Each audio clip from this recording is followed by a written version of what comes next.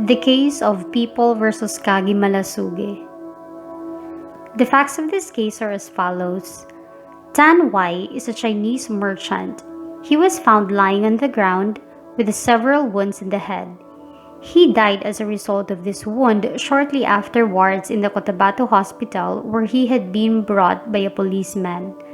Kagi Malasugui became a suspect because when the victim was still alive when found, and upon being asked who had attacked him, laconically answered Kagi.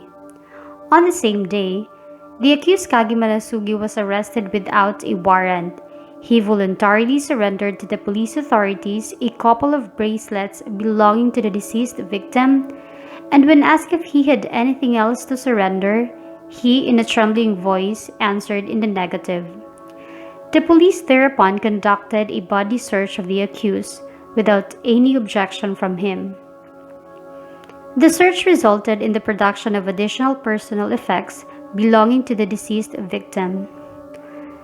The issue in this case is whether or not the search was valid, having taken from him articles during the search of his person without corresponding judicial warrant. The court held yes.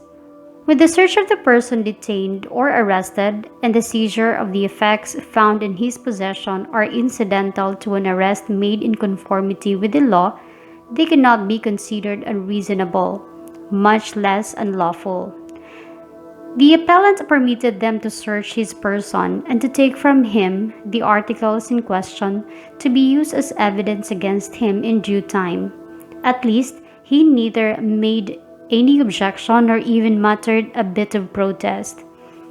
Consequently, his contention that he was subjected to the rigor of an unreasonable search to dispossess him of his effects without judicial warrant, and that the court should have ordered their return to him when he formally requested before the trial is unfounded. When one voluntarily submits to a search or consents to have it made of his person or premises, he is precluded from later complaining thereof. It follows, therefore, that the search made upon his person is valid. So, in relation with Article 128, violation of domicile in this case, the acts punished, among others, is searching papers or other effects found therein without the previous consent of such owner. And the elements thereto is: first, offender is a public officer or employee, that he is not authorized by judicial order to make a search therein for papers or other effects.